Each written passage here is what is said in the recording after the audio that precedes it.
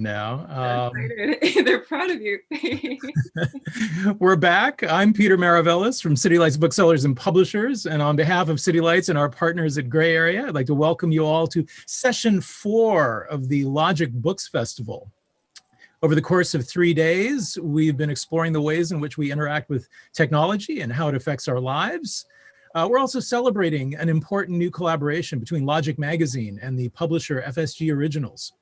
This has led to the publishing of 4 new books, each exploring a unique and timely theme. Logic Magazine was founded over 3 years ago with the aim of exploring technology and its effects on culture and deepening the discourse around technology.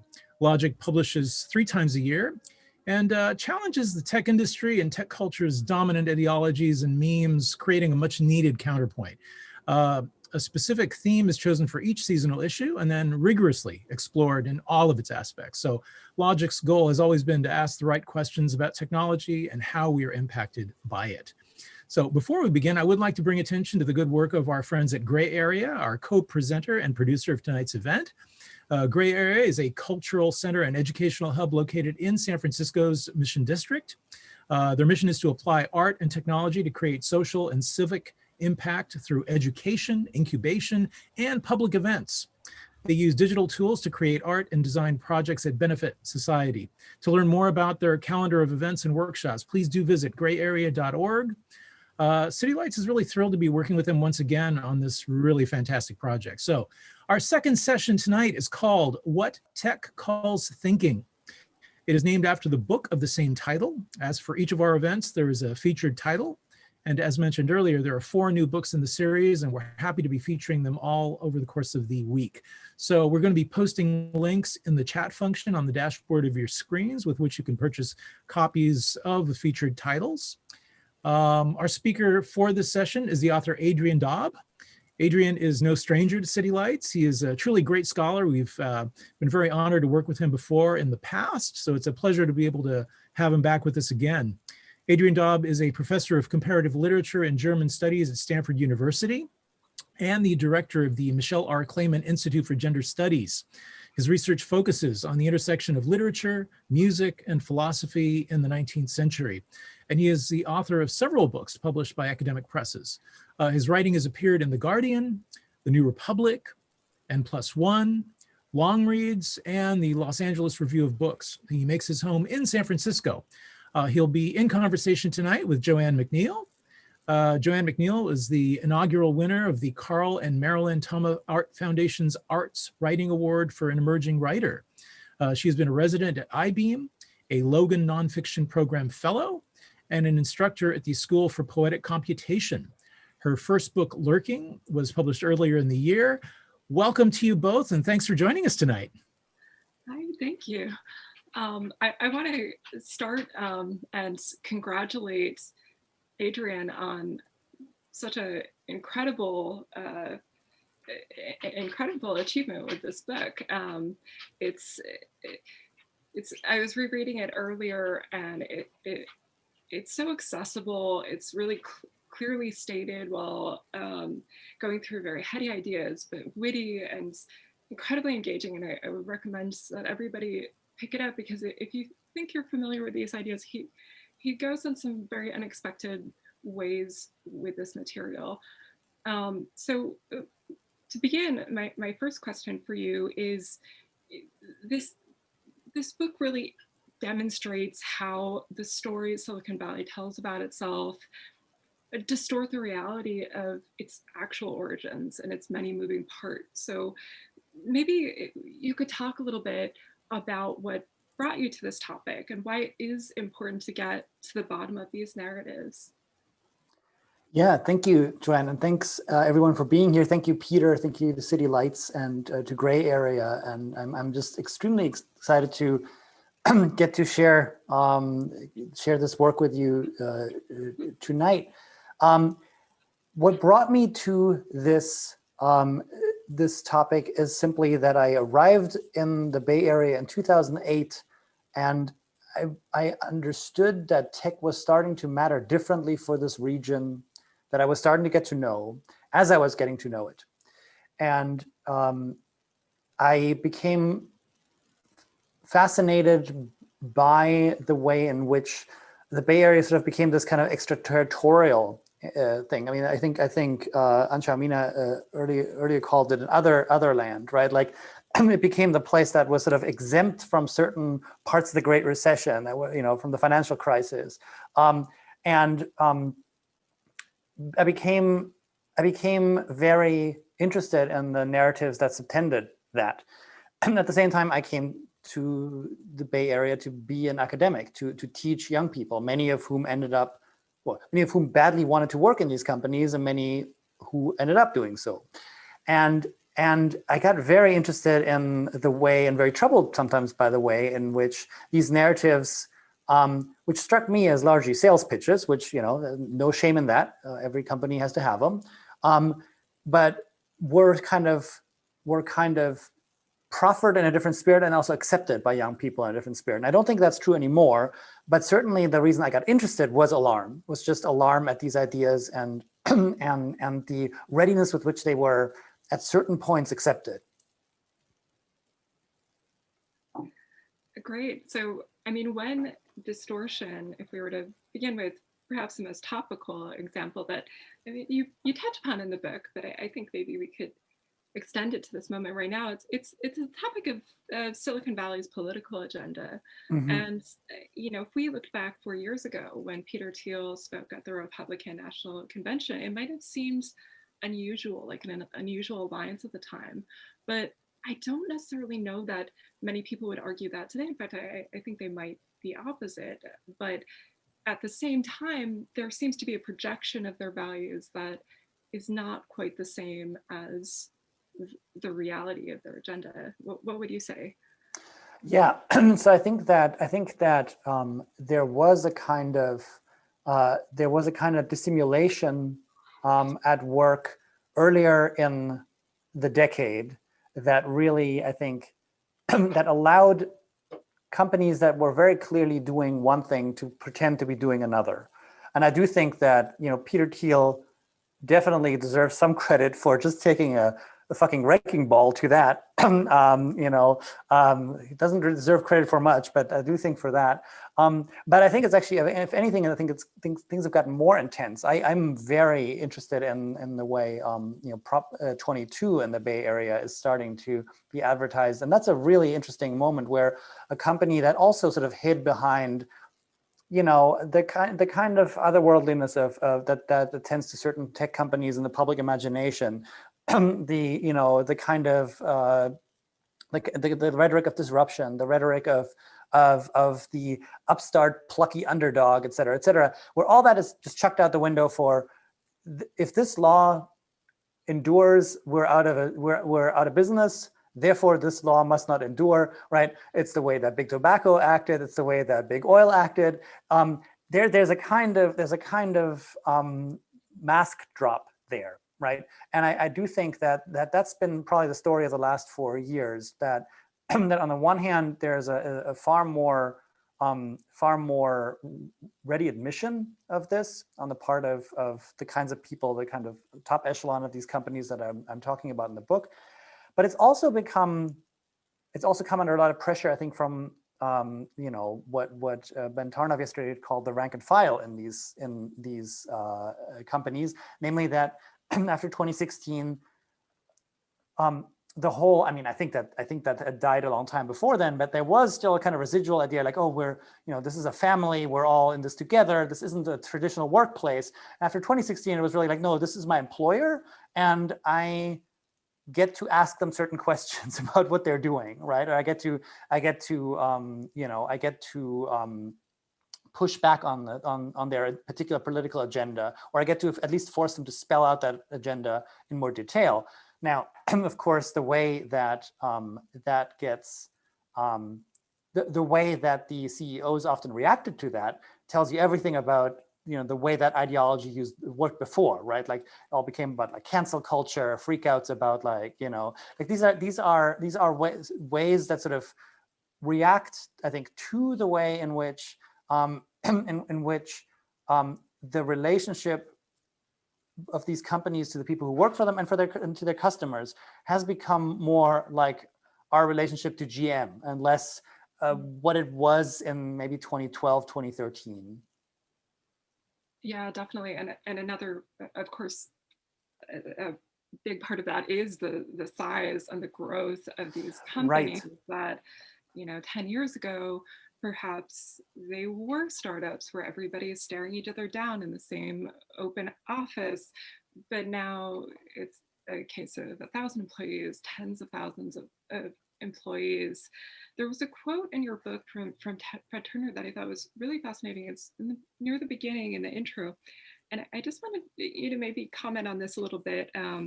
He says the look for a programmer was still long hair, potbelly, Gryffindor t-shirt. I don't see that as much anymore. And he was talking about 10 years ago, he still saw those, I mean, they call them dudes. Those dudes were still around 10 years ago, and he doesn't really see them around very much anymore. And as someone who has been in the Bay Area since 2008, what are the changes? Like, when did that stop? When did that dude stop showing up? Oh, I mean, the dude is alive and well. Let's be clear. But I think what has changed is, so a question I often get about the book: what do you mean by tech, right? And I answer, it's a series of parts pro toto. It's parts taken for the whole in each case. And one of them is that what happened to the dude is that he, and it is a he, right, is a smaller percentage of who works in these companies. I think the students that I see that now go on to careers in these companies often, are women of color, and there are, and one of the themes of my book is that ultimately the reason certain ideas make it into the sort of the top echelon of these captains of big tech companies is ultimately that they recruit from a fairly circumscribed social set and set of academic institutions, right? I guess that's still true to an extent, but certainly I think it's become less monocultural, and that means that some of these ideas now encounter resistance, in the same room where they're being uttered, right? I still remember very well when the tech shuttle kind of brouhaha really boiled over. What was that? Was that 2012, 2013, something like that? 2013, the Google 2013, yeah. I still remember friends of mine posting on Facebook, like, you won't believe what happened to me. Here I am just trying to make the world a better place, and these jerks kind of block off my shuttle. And I'm just like, oh God, I'm just not going to reply. I'm not going to reply. And if I picture my students saying something like that, make the world a better place, like, I think they'd have a highly ironic smirk on their face, because they understand that, like, that may be their individual ambition. They are not believing that the, multi-billion-dollar company they're going to work for has that as its primary agenda, right? So I do think that there's a kind of, so the dude is alive and well, but I think what Fred was getting at is that in 2008, the dude got replaced by what Fred also called, what another colleague of mine called the Get Rich Quick Brigade, right? People who were really would have gone into finance otherwise, and then those two groups were joined, and I don't think they replaced the dude, at least in the somewhat limited scope of my experience with students. What happened was that then got joined by a bunch of other types, right? And so what it is a shifting set of monocultures, I think, and it turns out that those are actually impossible to maintain when you have once you get to a certain size. Yeah, absolutely. And another thing they're just hinting at there is it's just this idea that what tech means now is getting even more convoluted, because already maybe 10 years ago talking about tech as the internet, well, okay, but there are tech is a lot of things, it's infrastructure, it's a lot of things. But if we're talking about a company that just happens to be based in Silicon Valley that has an app, it's not necessarily, it's no longer unique to be a company with an app. And right. I wonder what you think about this progression over time from clearly internet-based as in social media versus something like a clothing company that happens to have a website. Right. Yeah, I think that's a really important point. That in some way, one other title for the book could have been which companies like to call themselves tech in some way, right? One thing that I think people notice when they look at the book is that Theranos is a big example of mine, right? And that's of course problematic because it's not, that's not a information technology company in that way. There are aspects of that business model that if it had worked would have been consonant with that. But it was a biotech company, and yet it was received as part of Silicon Valley, right? I still remember talking to people at Calico, a few, like before what happened at Theranos became fully known, and I was like, well, so are you worried about this? And they're like, well, if they can do what they say they can do, we're super worried. And then they kind of give this smirk, and you realize, oh wow, this. The people that in whose league they are playing don't take this seriously at all. Like it's serious only if you if you think it's a tech company, a tech in that kind of amorphous way. Similarly, I think that there are all these really fascinating companies, and I hope that there's no one here who's going to get mad at me for this. That to me appear to just stand really close to tech companies and hope that the VC rainfall will like get them wet as well or whatever. This is, I mean, for me, there's a couple of healthcare companies in the Bay Area where it's like, this company will allow you to, make an appointment with your doctor using an app. And you're like, yeah, I mean, Kaiser Permanente does that too. So like, I'm not sure like that's enough to punch that particular ticket. Or I often think of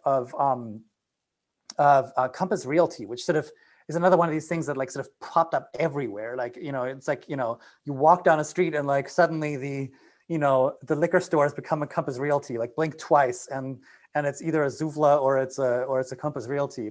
And I've tried to understand exactly what makes that a tech company. It really appears to be just, they have realtors and they will match you with an apartment that you might like, right? Which, I mean, that's nice, but it's not revolutionary if you think about it. But so there is this kind of discursive game, this kind of language game that you enter into when you declare yourself tech. And there are companies that very obviously belong in that space and that make use of this language game. And then there's a bunch of these also-rans that sort of claim this rhetoric of disruption, of creativity, that have a bunch of pictures of their amazing open floor plan office and sort of hope that you kind of squint and sort of count them among their numbers. And people who know more, who have been in this industry that I've only ever seen from the outside, can correct me if I'm wrong, but I think there are even companies that very much pass as tech companies that largely people don't ever join for tech reasons, right? Uber being, I think, a pretty common example that's given to me, where people are like, it's actually not that interesting to work for, right? Like, it's it really the disruptive power of it has nothing to do with as very secondarily to do with tech, and so I think there's an element here where that's the era that I'm interested in, where Silicon Valley tech, et cetera, all becomes this kind of discourse, this an invitation to pretend and to assume that the rules by which we normally judge companies don't apply, and to some extent independent of what actual work is being done in these companies and whether they truly are, primarily concerned with information technology. Yeah, and one thing when I was looking over the book again earlier, it occurred to me one of the unifying pieces of these companies is just that they buy into these myths and that they keep projecting them, and that is kind of what does loop them all together. So one of those key misconceptions is that of failure, and you have a very elegant chapter at the end about failure, and I especially loved how you complicated their use of that Beckett line, fail better, and almost just like taking the meaning apart for what as this sort of like, you must fail better. And maybe you could talk a little bit about why Silicon Valley types are so obsessed with this, their definition of failure. Yeah. Yeah. So I think that gets to the core of the book, because ultimately it's a beautiful idea, right? To be very clear. The idea that failure is part of life and of any path, and that that one should take it on board. I love that idea. I think that's fantastic. The problem with the way it gets used is that it applies to some people and not to others, right? I mean, the example that I give in the book is pretty obvious and maybe a little pedestrian, but like, taxi company hemorrhages cash. That's a sign that it's out on its way out the door, right? It's a sign that this is a superannuated business model, and you got to get with the future. I mean, Uber hemorrhages cash. Well, that's a sign that they're being disruptive and bold, right? So it turns out that this whole fail better idea kind of it reproduces economies of privilege. That is to say, who gets to do it? It's often people who work in the more programming focused sides of a company, right? It's usually the top brass. It's usually men, whereas the person working at reception is unlikely to get acqui-hired by Google, right? It's not like, well, we're taking them with us. That's not going to happen, right? So, who you are really impacts what your failure will mean and whether or not you get to fail better, right? So I think that's one thing that I find really, really fascinating there. And the other thing is that it's always positioned, right? It's always positioned as from the ex post facto. It becomes cool to share your failures once you've succeeded beyond your wildest imagination, right? Only from the vantage point of a truly apocalyptic level of success can you look back and say, I too had a company fail. Now watch me get into my Tesla and drive to Atherton, right? Like that's the way it often works, and that in some way does no good for the people that never had that available to them in the first place, and that were never going to succeed that wildly to begin with. The other thing it makes invisible, though, and I touch on that only very briefly in that chapter, but it's something that became very clear to me when I reported that the chapter is based on a reported piece I did for The Guardian years ago, was that there is a thing that kind of goes under the rubric of failure almost, or at least it's not touted as success, that is ultimately deeply moving, which is people who just kind of ended up with a company that's pretty good, right? That's like, they didn't fail better, they just sort of, it was a mini success, right? Like they are keeping 20 people employed, they go to work, they do work they enjoy, and that's it, right? Like it didn't balloon to Uber-sized proportions, nor did it go bust in a Theranos style hail of subpoenas and flights to Grand Cayman. Instead, it just kind of it does the thing that we would actually consider kind of a life well lived. It's like, this thing is alive. It's okay. It's never going to get written up anywhere, but it's fine. But the problem is that the whole fail better mantra, with this kind of background of a hope for, or often, frankly, the always already achieved horizon of a truly outlandish level of success, makes that illegible as, hey, that's pretty good. I'm happy for these 20 people who now have a job in the small company that does a thing I do not understand, but they enjoy it, and they get to go home at a reasonable hour. Hey, that seems pretty good.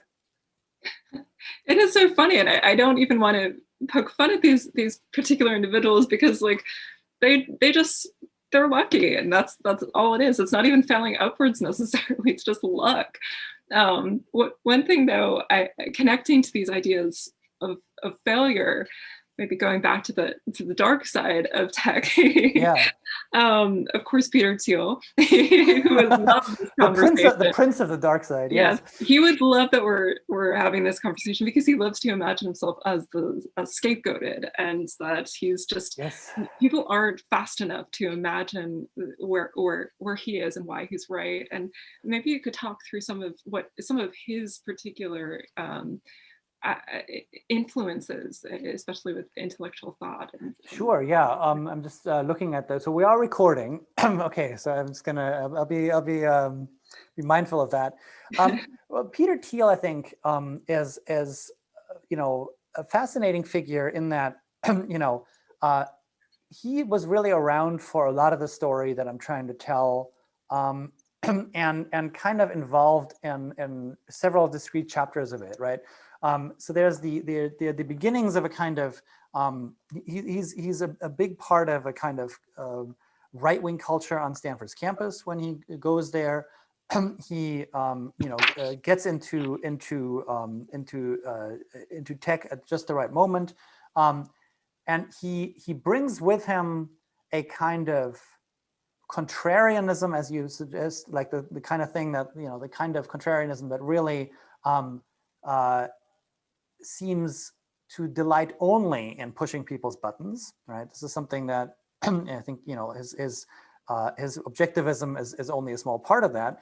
But he combines that with the thought of the French philosopher René Girard, who was a very much admired mentor of his at Stanford, and who has this theory of the scapegoat, and this becomes a very big part of how I think he sees himself, in that he's not just he doesn't just see himself as a member of a persecuted group. There's almost a kind of a sense of being uniquely persecuted, right? In a seminar he gave at Stanford a couple of years ago, well, by now I think 6 or 7 years ago, he basically positions the CEO of a company as the sacrificial lamb that everyone can project their own violence onto, right? As this kind of uniquely persecuted individual. And like the comparisons would make your head explode. It's like, Caesar was like this, and Napoleon was like this, and Jesus Christ was like this. Well, gee, I'm glad we're lowballing it here, right? Like this is the there's a kind of outlandish and a sense of well, I think in a piece I did a couple of days ago, I said there's a problem of scale, right? It's not to say that if you run a company, people can't be jealous of you, right? They might. It's that the sheer amount of melodrama that is engaged in imagining yourself as a Napoleon/Jesus figure who is uniquely persecuted among the among the peoples, like it's astonishing, like the level of the kind of loss of sense of scale and scope, I think. And I think that that comes out frequently when Silicon Valley CEOs step in it, right? I think that comes out very often. Few have gone as far as Peter Thiel and just kind of making that their program, right? I think that there's a real sense there where where he operates on a level where power, prestige, and control kind of operate in exactly the flipped version of what you and I might think of as the common sense picture of how they operate, right? Which is something that you get a little bit of that in Ayn Rand, right? Where like which can often feel like, yeah, like the view of a boardroom coming from someone who's never been inside a boardroom or something like that. But Thiel really is able to amp that up and really kind of create kind of almost like a mirror universe, I think. That I think a lot of tech CEOs operate in when it's convenient to them. It's not something that they will stand on a big stage in Cleveland and sort of openly cop to normally. Yeah, definitely. We're going to move on to Q&A pretty shortly. So I'd ask that the audience, if you have questions, please enter them into the Q&A button. And I have a couple more questions for you. And Mhm. when we had talked about it a little bit yesterday, how the first chapter I was prepared to get really defensive and want to argue with you, but actually we were kind of talking past each other. And so to go back a little bit, the first chapter is on the idea of the dropout. And when I started getting involved in tech, it was quite small. It was the moment of Web 2.0. And I do remember feeling like this was a space just nobody cared where you went to school. If you went to school, there was real mix of class backgrounds, education backgrounds. And because I was around Boston too, I had that moment of, you know, if someone went to Harvard or MIT, I just wouldn't have known. Like there was no way to really tell if they were college students or not. But then something changed like right around 2009, and in retrospect, I connect that to the money going in. But it did feel like all of a sudden in these rooms, these hacker spaces, these events were the people with more elite educations. But so it was something that I don't want to ramble too much, but I wanted to point that out because I do feel that there is an element of the tech industry that does make space for, say, for example, the Twitter founders who are working class state school dropouts, but they're not the dropouts that we see talked about in media. Yeah. And so maybe you could kind of elaborate why that is and why it's Zuckerberg and Elizabeth Holmes who are the two dropouts. Right. Yeah, it's a really good question. It gets at something central about the book, which is that the discursive formation I'm looking at is not ultimately one that comes unidirectionally from the tech companies. This is something that is created between companies that grow very quickly and need to figure out a way to tell their story. A media that is trying to get a handle on the story, politics that kind of project onto Silicon Valley all the promises and perils of neoliberalism. And I think the dropout is a pretty good example of this. I start my chapter on the dropout pointing out that very few people do drop out of Stanford. And yet people doing so attract this. There's an imaginative investment in them in the way we talk about these companies, it gets to something that I call their anti-elitist elitism, right? So there's this idea of dropping out as removing from your life the sort of the dross of superannuated institutions, right? Things that like no longer really are alive and vital, and then you can shed all of that, right? And this is where the countercultural echoes come in of like, the human being and Timothy Leary. And at the same time, dropping out is supposed to put you in touch with what really matters. It makes you part of a small elite, of an even smaller elite, one that isn't credentialed ultimately by where you went to school or whatever. It's supposed to be credentialed at least by you get it, right? You're tuned in. you see what all these other people are too sheep-like to see. And I think that's not a narrative that necessarily tech founders create about themselves. I may be wrong here, but my impression was that the famous dropouts in Silicon Valley actually don't mention it all that much. They get asked about it. And I think that's the really interesting thing, that in some way you have a bunch of people who are highly credentialed by top universities asking someone who is in their own way highly credentialed by top universities, except that their credential is not only did I get in, but then I got out before I got a BA. So, I mean, that's a flex, right? So there is this kind of fetishism of this figure of the dropout. But again, it matters a great deal, not for whether you get a job or not, but for the investment in that discursive formation of the dropout. It matters a great deal who drops out, right? Dropping out of Harvard is cool, right? That's a story that you can sell. That's a story that people will eat up, because it's fun to be in awe of people who went to Harvard, and it's fun to, make fun of Harvard, right? Like, who doesn't like that? It's a lot harder when it's when it's part of a much more mundane kind of path, right? And there's a kind of investment, I think, in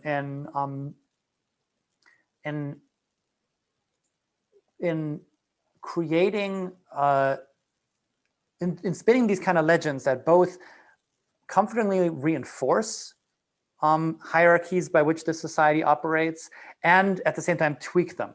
But frequently it doesn't tweak them in the direction of more egalitarianism, but actually in a kind of covert hierarchical thinking, right? So suddenly it's like, it's not did you drop out, but where did you drop out from, right? Would be one way of thinking about this. Yeah, and it does say a lot that the media narrative that they chose is dropping out of Harvard Zuckerberg, as opposed to Bizstone, who is a more classic rags to riches tale, which we know the media also loves, but they've completely ignored that one. Exactly. So, but then there's another element that you tease out with that particular chapter, which is going back to the sense of youth, and that they're building these campuses and they're not even necessarily leaving the sense of being on campus. So maybe you could talk a little bit about that too. Yeah, the way that on the one hand, the fact that the dropout is often about a rejection of, oh, this person didn't need to be trained, didn't need to be a scholar, didn't need to be an egghead intellectual or whatever.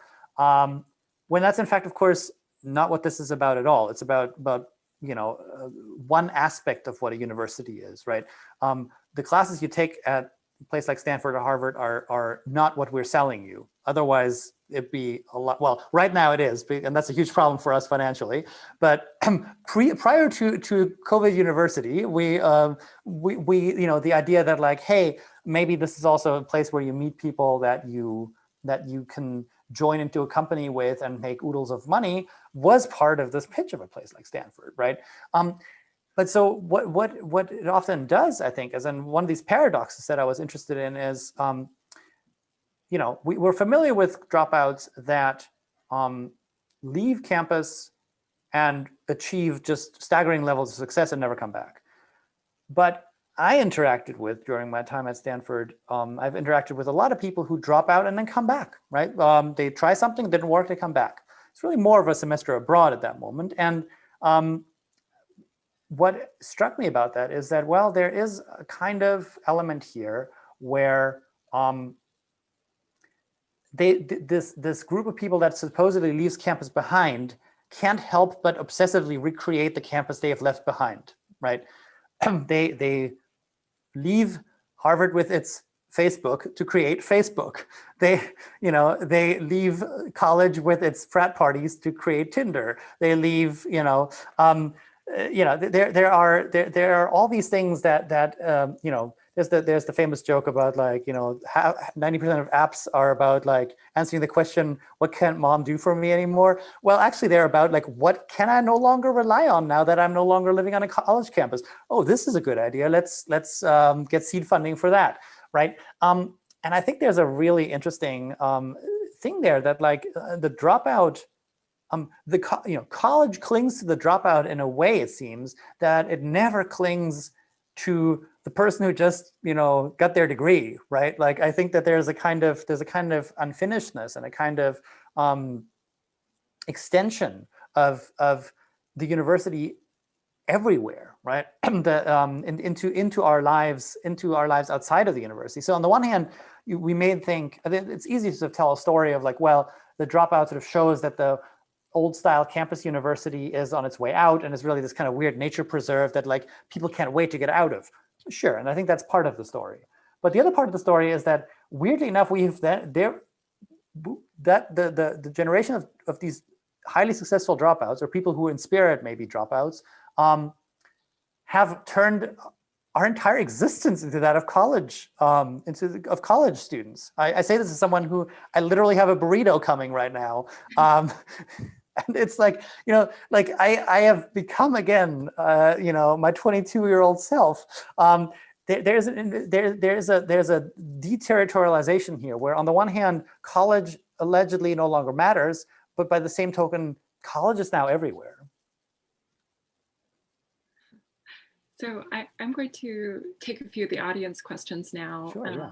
And one of them is, just reading here, do you think there is any substance at all to the core idea of disruption? It seems like there are cases where we benefit as a society when technology advances, albeit one disconnected from how frequently it is invoked. Do you have a framework for thinking about good versus fake disruption?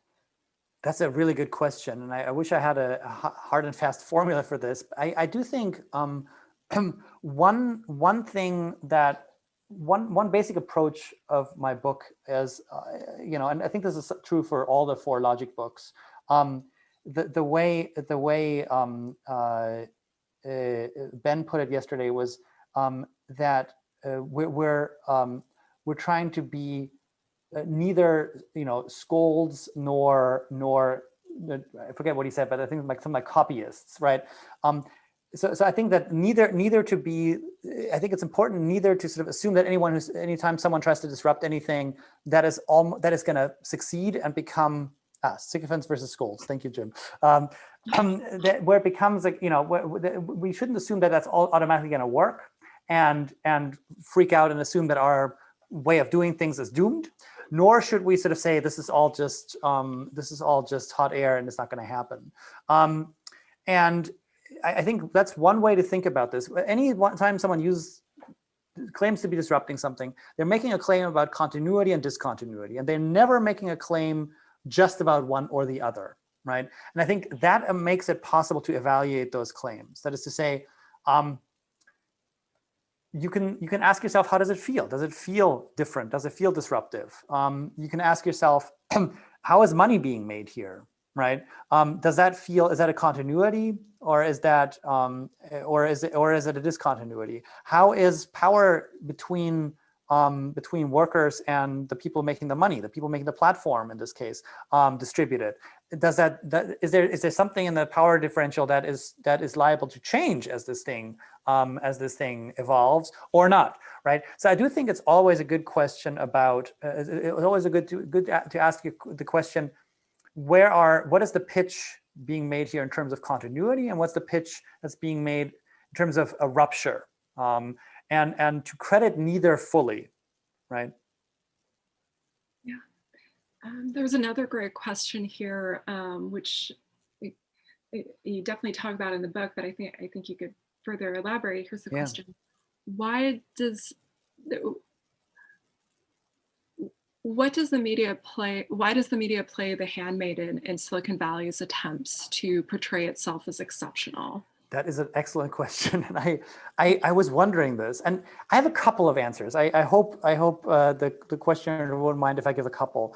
So I think one is there's one deeply moving, I think, psychological answer, which is part of why we've become obsessed with Silicon Valley is that we'd like to think that that someone knows where this trip is going, right? And even if it's for the ill. Even if it's like, oh, Zuckerberg has this secret plan or whatever, right? It's nice to know someone has a plan, right? And I think as Xiaowei in the event at 6 o'clock so beautifully explained, right? Like the true thing, the truth probably is that the future is this thing that to be made rather than received, and it's made by tons of people on the ground in baby steps, basically. I mean, I'm paraphrasing them here, but this is, I think, what Xiaowei was getting at. And that's a lot of work. It's a lot easier to be able to either freak out or fully embrace a kind of cut and dry sense of where things are going. Now, I don't begrudge someone trying to market their company pretending to know better, but it's as this questioner says, it's a little strange that our media have kind of sometimes gone along with it.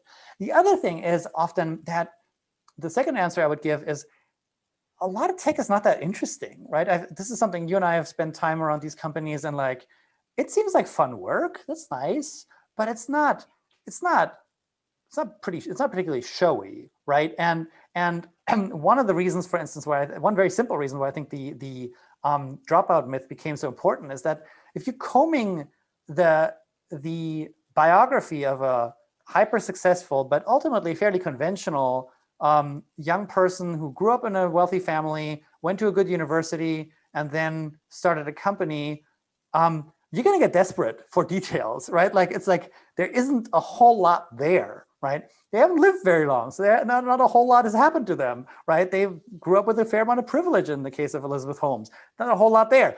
So like, yeah, you're going to fasten onto the fact she dropped out or she learned Mandarin as a high school student. It's like, congratulations, still do a lot of people. That's not interesting, right? Or it's interesting enough, but like, I'm not sure that's like what you want to hang your cover story on, right? There is also a little bit of a thing here where I think there's a disconnect between the importance that this industry has in all of our lives, which is undeniable, and the fact that it's really hard to sort of provide visuals, images, icons, whatever you want to call them, allegories for how that's done, right? I'm from Germany, and I have before everything shut down, I was often sort of sought out by people who were touring Silicon Valley.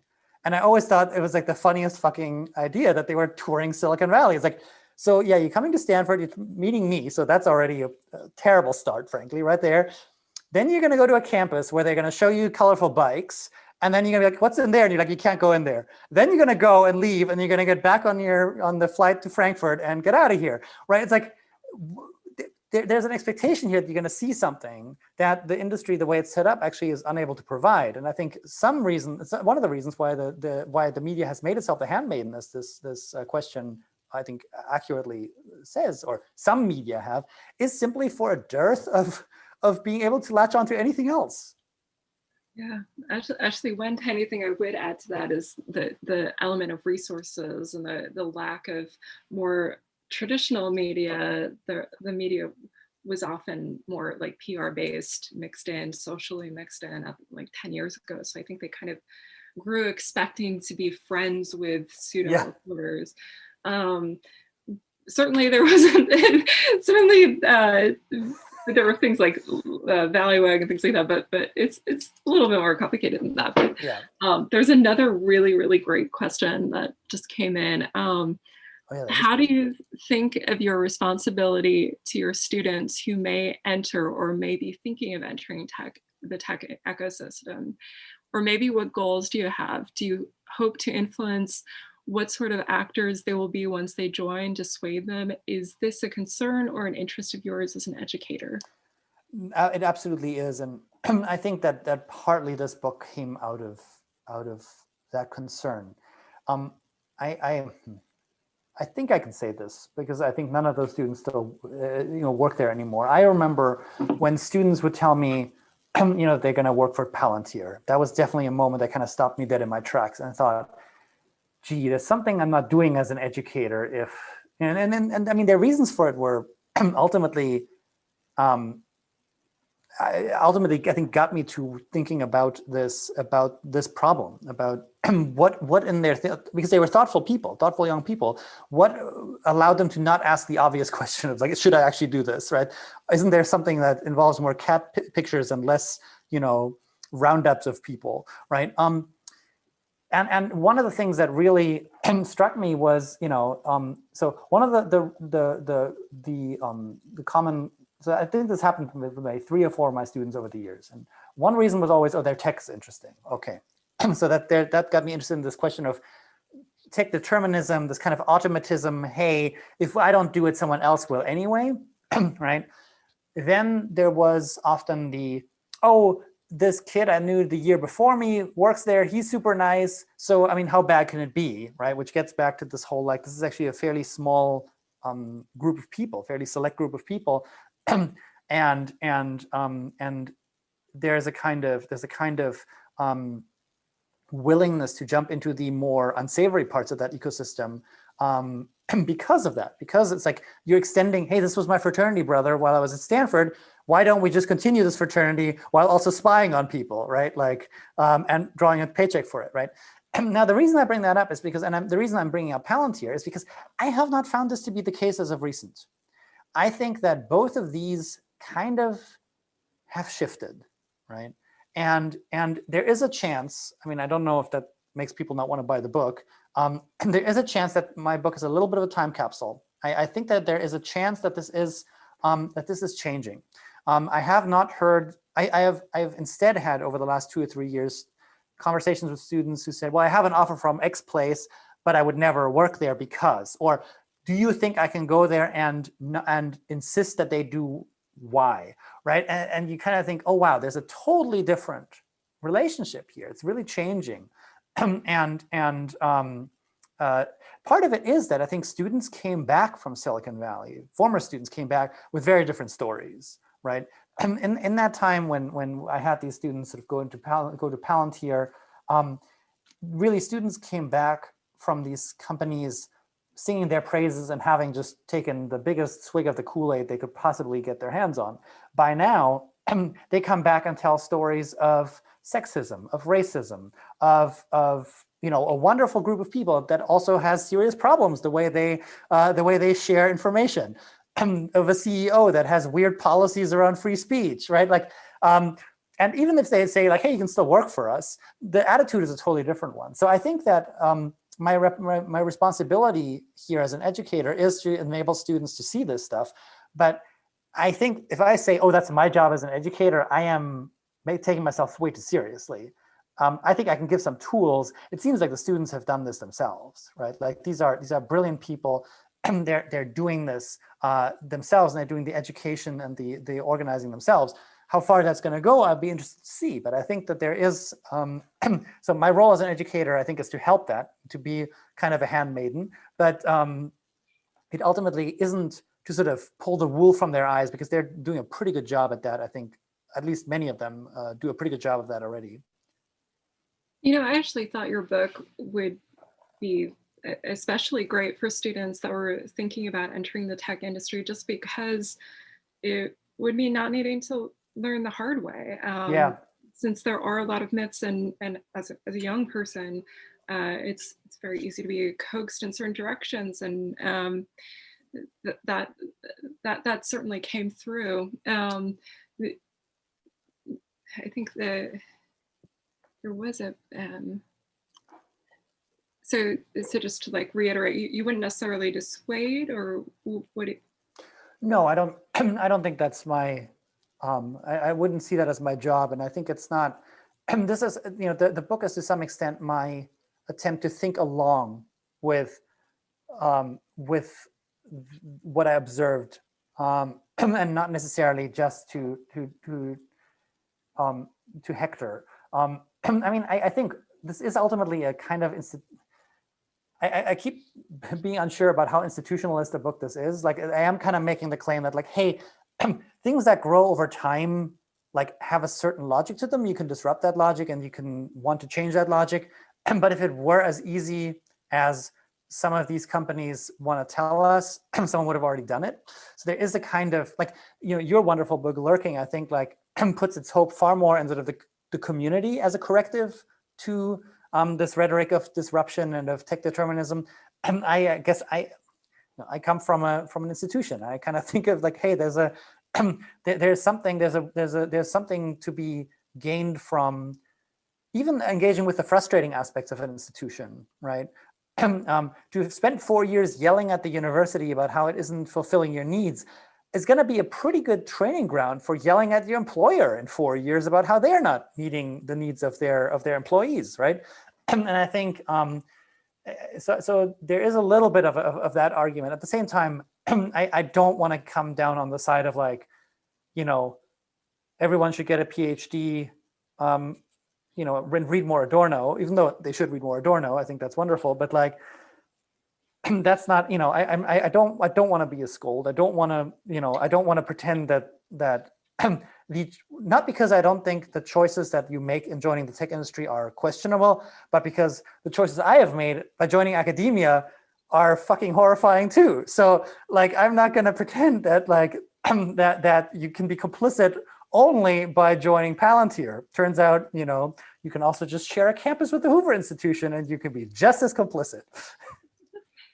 We have probably enough time for one more question, and I wondered if maybe you could talk a little bit more about some areas of the tech industry that make you hopeful or optimistic, if if there are Yeah. some. So I think the thing that's excited me is for instance, Uber and Lyft people coming out against the Proposition 22 against which is looking to overturn AB 5. I think that's that really strikes me as a sign that people are asking the right question and doing some pretty sound analysis.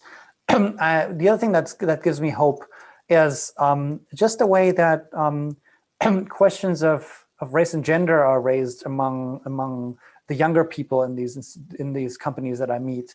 One of the things that always freaked me out was this sort of rainbow image that they all presented, and then when I'd meet everyone, I'd be like, wow, this is this is like, this is the whitest place I've been. And I'm I've been to faculty lounges, and I feel like that gives me hope. I do think that not that just diversity in terms of race and gender somehow is a panacea or even a solution, but there are definitely some of these ideas that I've traced have lived from the monocultural aspects of this. The fact that people would say everyone likes this or everyone wants that, but what they really meant is the people that I know who resemble me to an astonishing degree, and who and the people who don't resemble me to an astonishing degree really don't factor into my thinking at all. That gets a lot harder when there's someone across the table who's like, well, actually for me it's like this, right? And so that does give me hope, and that does suggest to me that these discourses that I'm tracing are not going to be. There's a reason why it's 40-year-olds who are not really active, or more active investing than they are, actually doing any work in the tech industry, and who are, more busy sort of deciding that they're being victimized by people, and that they still that those are the places I had to go to find this in, like, as in a petri dish, like, Peter Thiel will always be my most prized petri dish. Whereas, like, I couldn't have gone to, shit posting, Twitter famous engineers at different startups now, because they're far more nimble in their use of these categories. And can they use that for good, or will they just, take pot shots at, like, how dumb VC Twitter is? I don't know. That's up to them. But certainly the thinking behind it is already a lot better. And I have to believe, given what I do for a living, better thinking is at least a first. It's not a sufficient step, but is a necessary first step to a better politics. Yeah. Well, I don't know if we're short on time. Yes, we are. It looks like we are indeed. We've hit time. This has been a really awesome talk. Thank you both so much. Thank you, Adrian. Thank you, Joanne. And thanks to our partners at Gray Area, Nadav, Tiffany, and of course, Matt, who's been behind the scenes all this time in the back room, for making these 3 days a really great success. So thank you all for being here. Remember, we do have books to sell. The links to purchase What Tech Calls Thinking, and also Joanne's book, Lurking, have been posted in the chat function on your screens. City Lights is selling books for tonight's event, so every sale does help us make ends meet. This is the age of COVID.